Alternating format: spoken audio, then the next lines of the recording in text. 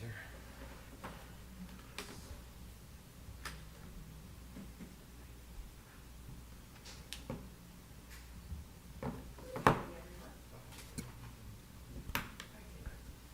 Good evening, everyone. At this time, I'll call to order the regularly scheduled committee meeting for the Village of Midlothian, Wednesday, August 16th, 2023 at 7 p.m. Roll call, please, Clerk Monson. Trustee Burbatt. Here. Trustee Cavey. Here. Trustee Crowley. Here. Trustee Hilly. Trustee Johnson. Here. Trustee Kilroy. Is there another plug? Mayor LaRue. Here. You have a quorum. Thank you, sir. Please stand for the Pledge of Allegiance. I pledge allegiance to the flag of the United States of America and to the republic for which it stands, one nation, under God, indivisible, with liberty and justice for all. Thank you. At this time, I'll open the floor to public comment. Is there any public comment tonight? Jean.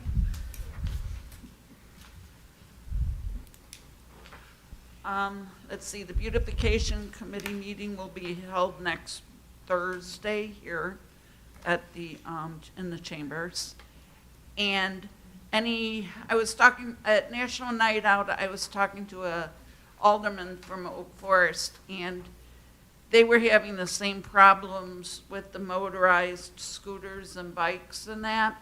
So is there any more, any new news on it? That alderman was supposed to get me the ordinance that they approved so we could look at it and review it and hopefully go the same route. Okay, should I maybe reach out to him? No, I talk to him on a regular basis. Pardon? I talk to him on a regular basis. Okay, Yeah. because, you know, the couple whose dog got injured and the gentleman, I mean, they're looking at about $2,000 or $3,000 in dental bills on their poor little dog, which is really sad. And just this past weekend, on the day it was raining real bad, Monday, riding down the middle of 147th Street, and I'm like, it's raining, visibility is poor, and you're riding your scooter down a main street. Not too bright. So, that's all. Okay, thank you, ma'am. Anyone else? Yes, sir. Good evening, Mayor. Good evening. Everybody. About that, I raised a possible answer to her question and the law enforcement issues on these unlicensed electric vehicles and stuff.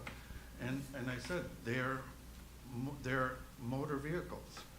It's not a gasoline-powered vehicle, it's a motored vehicle, regardless.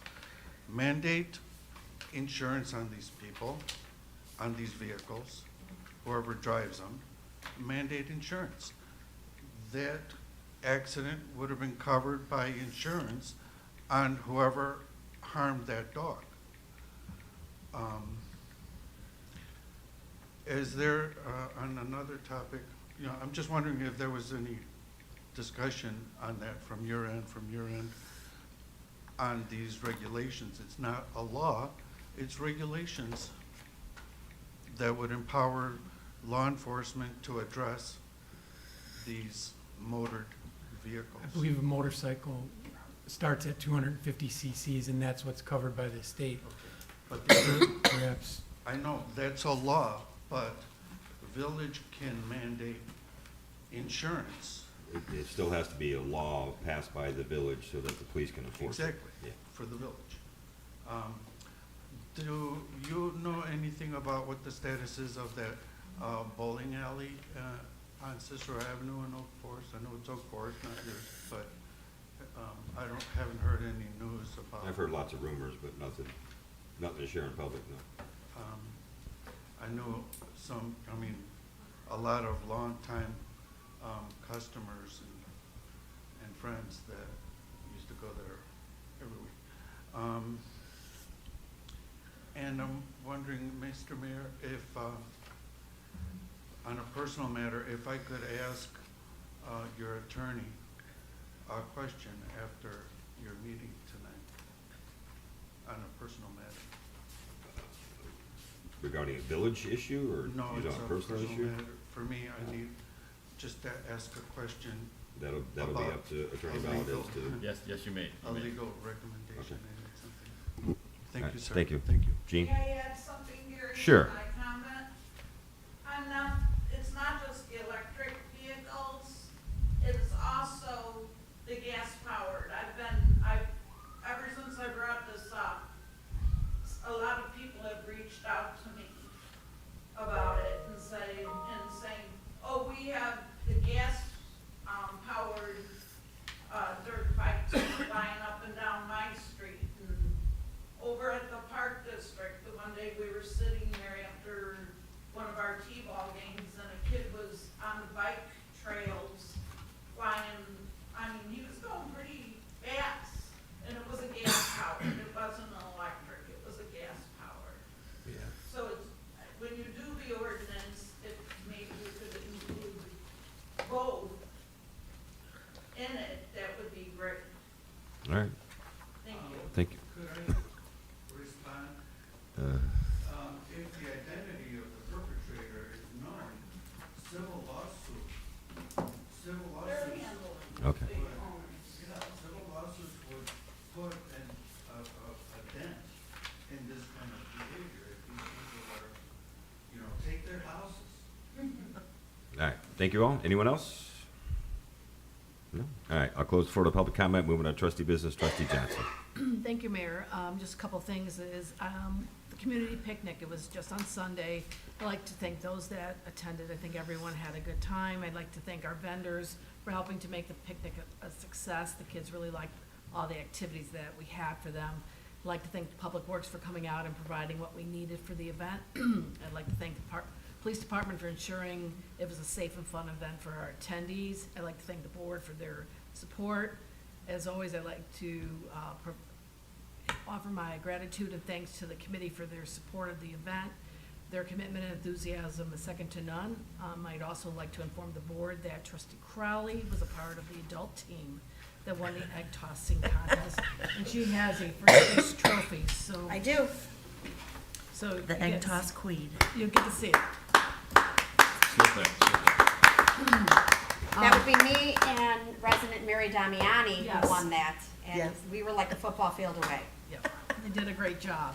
As far as Oktoberfest, due to time constraints and wanting to have the Oktoberfest at a level we want to offer it, the committee made the difficult decision to postpone it this year, and we will have it next year. It's kind of like going to a buffet and your eyes are bigger than your stomach. We bit off a little bit more than we could chew, and we realize this, and so we're gonna move forward for next year. But in its place, in the spirit of Oktoberfest, we're gonna have a Halloween decorating contest for residents of Midlothian.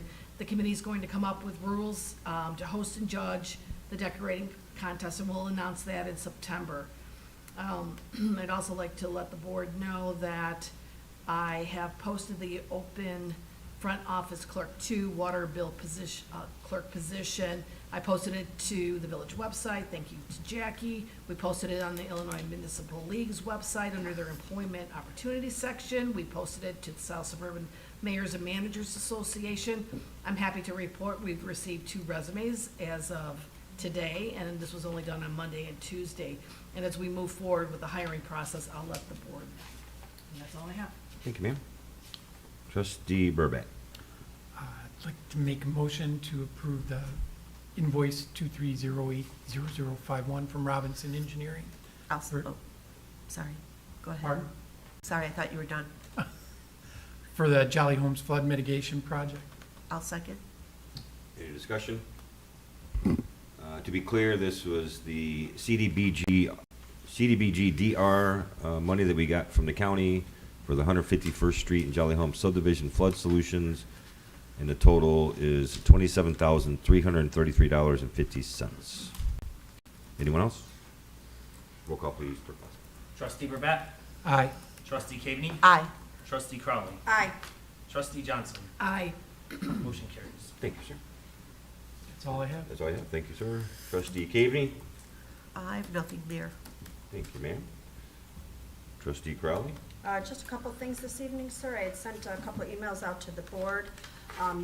First, we did complete the background investigation on our next lateral transfer applicant. He has been approved by the Police and Fire Commission.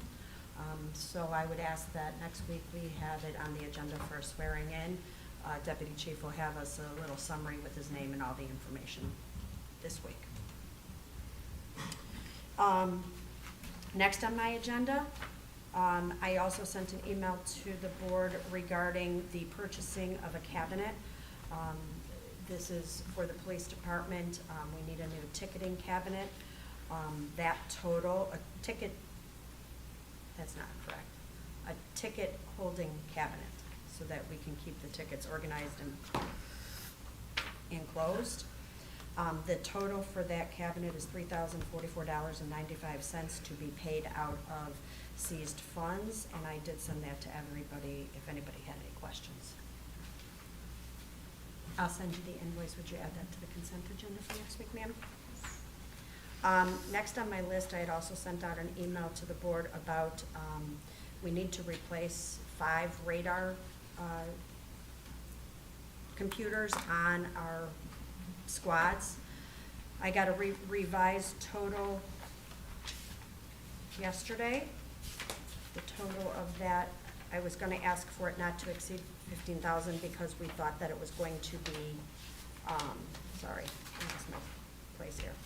We thought that it was gonna be a little bit more expensive, but it wound up coming in at the right, at about the same price. The total for the 5 is $10,587.50 plus $650 for the 5 of them to be installed.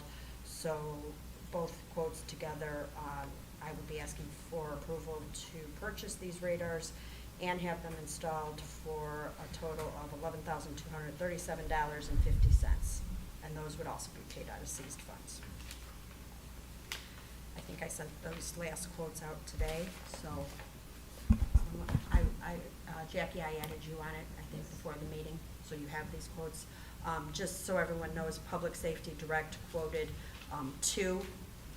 They're it's $130 each to install them, so I came up with $650 based on 130 times 5. I will have Deputy Chief Tavermina get me an updated quote for them, so we have it correct for the consent agenda next week, but when you look at it, that's the difference. And last but not least, we, this Saturday is our Thunderbolts game for the Community Policing Committee. I know there are a few tickets left, so it's on the village website and on Facebook. So if anybody's interested, they're $10 a piece. It's a fireworks show and Elvis Night. I was trying to build up the excitement for it. Like I might have even broke into You Ain't Nothing But a Hound Dog or something. But Please don't. Are there tickets available? there are still tickets available. There are not a lot, but there are still tickets available. So that is all I have this evening, sir. Thank you, ma'am. And speaking of the seized funds, I just wanted to thank, Deputy Chief and the entire department for doing so well with this program, I guess, so to speak. So you guys do a fantastic job. I know you keep up on everything and the audits, and we're allowed to spend it on quite a few things that you guys have not had to tap into the general fund for. So thank you. Appreciate it. I would only add to that, sir, that it did pay for all of our F&I with the new police station, that all of our furniture and everything, so the village didn't have to. It paid for our what? F&F, F&I, F and something. Furniture, fixtures, and equipment, And equip- FF&E. FF&E, there you go. I'm I don't know what the I'm heck- like, F and what? As long as it was an F and a. Yeah, Well, ma'am, wasn't F and vodka, it was FF&E. so Thank you. that was a huge savings to the village. Thank you, ma'am. Attorney Valdez?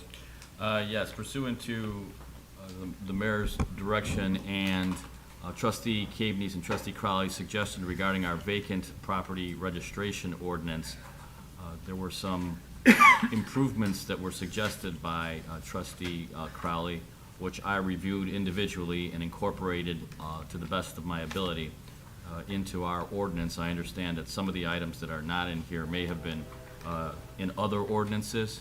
However, my research has determined that some of the items are either unenforceable or specifically would not pass constitutional muster. but those were just a couple of items. All the rest of it we got in there. So I'll go through them really quickly to show the board where the new ordinance or the amendments to the current ordinance will essentially give us a little bit more teeth, a little bit more ability to deal with the squatter problem. The squatter problem is a problem that is all across the country, not just in Midlothian and small towns, but in big cities everywhere. The difficulty of what happens when an individual goes into a house unnoticed and then claims to have a leasehold in that house, when in actuality it was a criminal trespass that got them access to the house. That has happened a couple of times in Midlothian recently, and it has been extremely damaging to the community. And it was difficult for us, for the police department, to get involved because it becomes a civil matter once an individual gets in there and makes a claim of the leasehold. So here's what we are doing in section 4-23-8 under security requirements. I've incorporated a new section D, which reads, in addition to the above, the property is required to be secured in accordance with the applicable ordinance of the village. And the first item is maintained in a secure manner so as not to be accessible to unauthorized persons. This language will essentially say what we're talking about is not letting your house be used as a squatter's paradise. The first item, which is new, post no trespassing signs at each entry on the door that shall state no trespassing. This property is not under lease and may only be occupied by the owner. Occupying the premises or removing this sign without the owner's consent is a violation of the Village of Midlothian Code 4-19-2. Turns out that our rent-free, crime-free housing ordinance has provisions that prohibits individuals from being, not just from renting out, but for being a tenant in a facility that has not met the requirements for occupancy in our crime-free housing. So I just incorporated that prohibition into the one for the vacant property, and that should allow us to be able to cite the individual and even take further action who is claiming that they have a lease when they ignored a trespassing sign which said you can't move in here with this sign, and you're not allowed to take the sign down. So that should be hopeful. Number 2 item is inspect or cause the property to be inspected weekly and keep a record of the dates of inspection, noting any evidence of trespassers or criminal activity. In the event said evidence is found, it shall be immediately reported to the village police and buildings department. That is to make sure that owners, if they're going to leave their properties open, and it's going to take a little while under our ordinance, 30 days that it's vacant. If you're going to leave it vacant for 36 days or so, then you're going to have to come out and visit it weekly, because what happens is mail, newspapers, all the items in the vacant property ordinance, which is noted as being evidence of vacancy, all those bad things that happen, grass, stagnant pools, all that stuff attracts crime. It attracts people who see that the property is open and want to move in there and squat. So this particular provision will require them, again, pursuant to the recommendations of both trustees Crowley and Caveney, that they inspect the property on a regular basis every week. And third, prohibit the use of lockboxes on vacant properties except in compliance with MLS rules and regulations as from time to time amended. One of the initiatives that Trustee Crowley put in there was that there was the abuse of lockboxes, that certain kind of less than professional realtors were just putting a lockbox on there and saying, yeah, go ahead, or whoever was trying to dispose of the property was just telling people to just go ahead and check the lockbox and you could walk yourself through it. Well, it turns out that realtors have rules with regard to that, and that is in violation of the rules. And so what I did, rather than get involved with property owners having a right to put a lockbox on their property and have to go to Markham to try and enforce something that which might not be enforceable, we clearly defined it and went under the cover of, look, if the Realty Association, the National Realty Association, has rules for responsible access to property via lockboxes, then that's all we're asking them to do, to follow those rules. And so any realtor that doesn't follow the MLS Rule 13 would be in violation of that provision of the ordinance. Attorney Valadez? The problem with that is that it's not, I don't know that we necessarily have an issue with realtors that aren't following the rules. It's the property management companies. They're not realtors, they're property managers. And the property managers are the ones, for example, the issue that we just had last week on my block. The owner of that property lives in Macon, Georgia, and they hired a local management company here. So it's the management company that put the lockbox on. And they have to follow the Exactly right, rules. exactly It right. does not allow someone to walk in there freely without any supervision. Even though they're not realtors, they're still bound Correct. to follow Actually, that in Rule rule. 13 says that a realtor cannot lend out the key to someone, to a management company or someone like that, unless they follow the MLS Rule 13, which even goes into regulations of the boxes themselves as to what kind of boxes they can have. Okay. So if everyone follows Rule 13, we don't have a problem with lock boxes. Well, could you do me a favor? Could you draft a letter that we could give to the building department and have the building department send out to all of our rental owners to let them know that this is the new rule? Sure. And Sure, a that copy we of are the gonna ordinance. we're gonna be monitoring this, and if we find anybody in violation, they will be stripped of their crime-free housing, and they won't be allowed to do business in Midlothian anymore. Sure, Just give them a copy of, Yeah. the amended copy of the approved, once we approve it, of the ordinance, yeah. of the ordinance. Okay. And Should- Should our language in our new ordinance and our revised ordinance even reference Rule 13? I mean, specifically reference the rule? I could add Rule 13, but I want all of the rule in there, Uh-huh. not just, the section that specifically references lock boxes. I want the whole thing, but, yeah, they should know that. They should know that. The realtors should know that and everyone else. Okay. And finally, the last item is at the end of the section E, where it says failure of the mortgagee and/or property owner of record to properly inspect and secure a property under this chapter shall be, and we added, subject to any of the enforcement means available to the village and recovery of costs to the village in enforcement thereof. The village may take the necessary action to ensure compliance with this section, and each day on which a violation of the chapter continues shall be considered a separate and distinct offense. That is the rule for all of our offenses when you have ongoing violations, but putting it specifically in the ordinance lets people know that every day that you don't do it is another separate violation, and that can ring up some fines very quickly. So if that meets the approval of the board, I can have a clean copy for next week's regular board meeting to Attorney Valadez, I thank you for getting this done so quickly.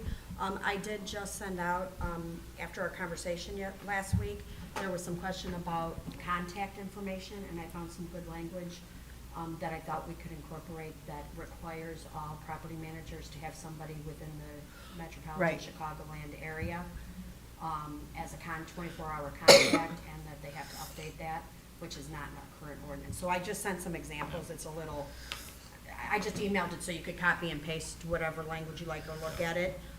But if we could tighten up that language, because I think that was the other problem after rereading the ordinance. It does say that you have to put contact information, but it's not specific. A lot of times what happens is we have contact information, the property's vacant for 6 months, and the management company's changed twice, and no one's updated the information. Right. So at least if we have something that says that they must do it and what they must do, like I said, I threw some examples in here that I found, so if we could add that too, I think that would be helpful, so they're aware that not only do they have to give us a name and address and a phone number, but it has to be an emergency contact, and it has to be within the greater Chicago area, so that it's not us trying to reach out to an owner in a different state. Okay, and I can take a look at the ordinance to see where the best place in the ordinance it should go. Yeah, there's actually a spot Okay, great, I great. sent it to you. Okay, thank you. Any other discussion on that? Because I'd like to have that on the agenda for approval next week, if we could get that last line added, amended, and then to the board before Monday. Okay, I'm fine with those changes, all those changes, though. All right. Yeah, you are too, right? Awesome. Anything else tonight, Attorney Valadez? that is it. I have nothing. Just wanted to thank everyone that came out to the golf outing, charity golf outing yesterday, but I'll wait till next week for Trustee Hilly to give his little speech. So, but thank you all. Clerk Moscow. I have nothing tonight, sir. Okay.